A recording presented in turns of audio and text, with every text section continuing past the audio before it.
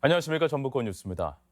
휴일인 오늘 전라북도 지역은 온종일 흐린 날씨 속에 늦가을을 재촉하는 비가 간간히 이어졌습니다.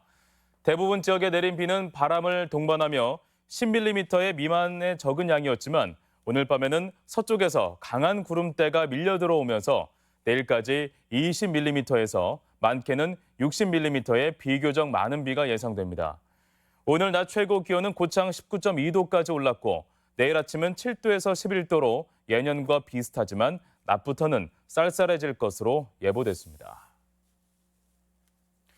부동산 경기가 침체되면서 최근 전세가도 덩달아 출렁이고 있습니다. 중소형 아파트 전세가가 3에서 4천만 원 하락하는 일이 벌어지면서 집주인과 세입자의 분쟁도 잦아지고 있습니다. 유령 기자의 보도입니다. 전주의 한 아파트 단지. 부동산 중개소마다 매물이 잔뜩 쌓여 있습니다. 새 아파트로 옮겨가는 사람만 많고 이사 오는 사람이 적다 보니 3, 4천만 원씩 매매가가 떨어졌고 전세가 역시 급락하고 있습니다. 2, 3년 만에 가격이 뚝 떨어지다 보니 집주인도 세입자도 난감한 상황. 전세금 차액을 간신히 마련해 집을 빼주는 경우도 있지만 분쟁도 적지 않습니다. 2천만 원 정도 다운된 가격으로 재계약하는 경우도 있고 임대인께서 여력이 없으신 분들 같은 경우에는 임차인이 어떻게 할 수 있는 방법이 없기 때문에 실제 최근 전세금 동향을 보면 상황이 심각합니다.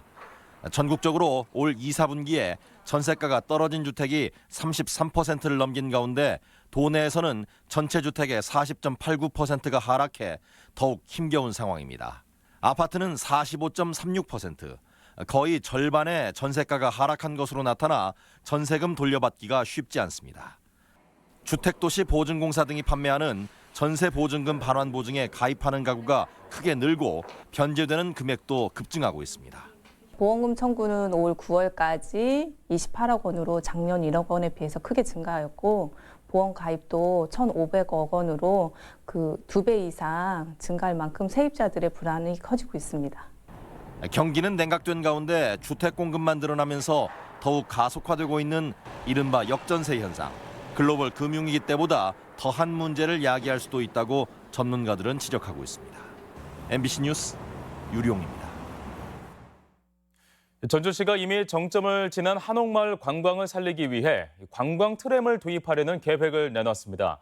구체적인 개발 방안은 내년 2월쯤 나올 예정인데요. 기대와 우려가 교차하고 있습니다. 한범수 기자입니다. 전주 한옥마을 주 도로인 태조로입니다. 앞으로 4년 뒤면 외국 도시에서나 볼 수 있는 소형 트램을 이곳에서 타게 될지도 모릅니다. 전주시가 오는 2023년까지 총 3에서 4km 길이의 전기 배터리형 트램 노선을 신설해 침체된 한옥마을 관광을 살리겠다고 밝혔습니다. 매장 앞에서는 음식 먹는 사람들 위주, 구경하는 사람들은 트램 타고 이동하고 그런 점에 있어서는 확실히 좀 보기는 좋아질 것 같습니다.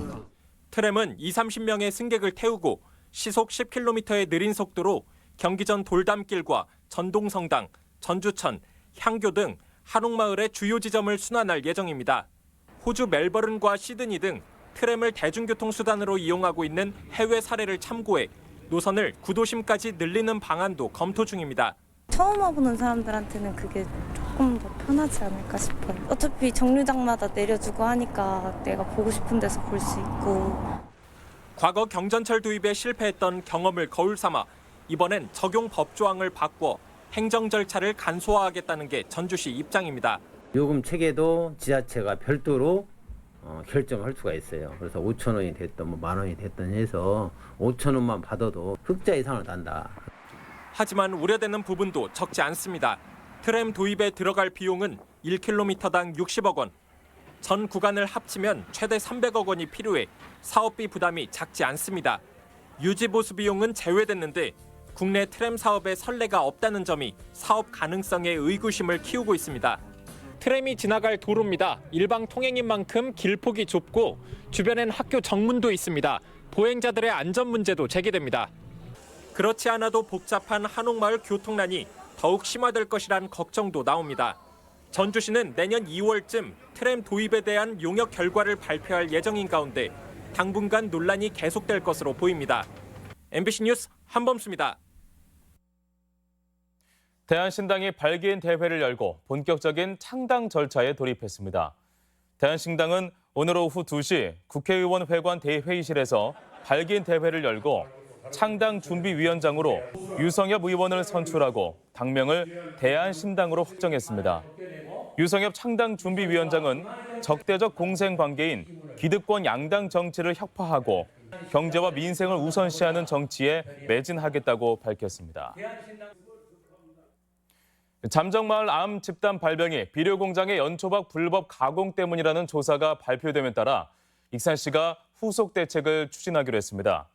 익산시는 우선 마을 주민들의 건강 상태를 확인하기 위해 주민 건강 검진을 시행하고 공장 부지 주변에 남아있는 폐기물 1,400톤을 즉시 수거해 처리하겠다고 밝혔습니다. 한편 잠정마을 주민대책위는 조만간 피해 배상을 위한 소송을 진행하겠다고 밝혔습니다. 의료 취약지역 해소를 위한 지역의료 강화 대책에 보건의료노조가 보완책을 촉구했습니다. 보건의료노조 전북지부는 보건복지부가 발표한 지역의료 강화 대책에 대해 환영한다면서도 전주권과 군산권 등 5개 진료권별 책임의료기관이 정해지지 않고 취약 대책도 없다고 주장했습니다. 또 의사 수가 OECD 평균에 못 미치는 상황에서 공공의료대학 설립이 필요하다며 대책을 촉구했습니다. 소상공인 카드 수수료 지원이 확대됩니다. 전라북도는 경기 침체에 따른 소상공인들의 어려움을 고려해 카드 수수료 지원 대상을 연 매출 8,800만 원 이하에서 1억 2천만 원까지로 확대하고 신청 기간을 내년 5월까지 연장했습니다. 수수료 지원은 최대 50만 원 한도로 카드 매출액의 0.8%며 희망자는 매출액 증빙 서류와 사업자 등록증 등을 가지고 시군과 읍면동 사무소를 방문하면 됩니다. 부안 신재생에너지단지의 미분양 상태가 장기화하면서 활력을 잃어가고 있습니다.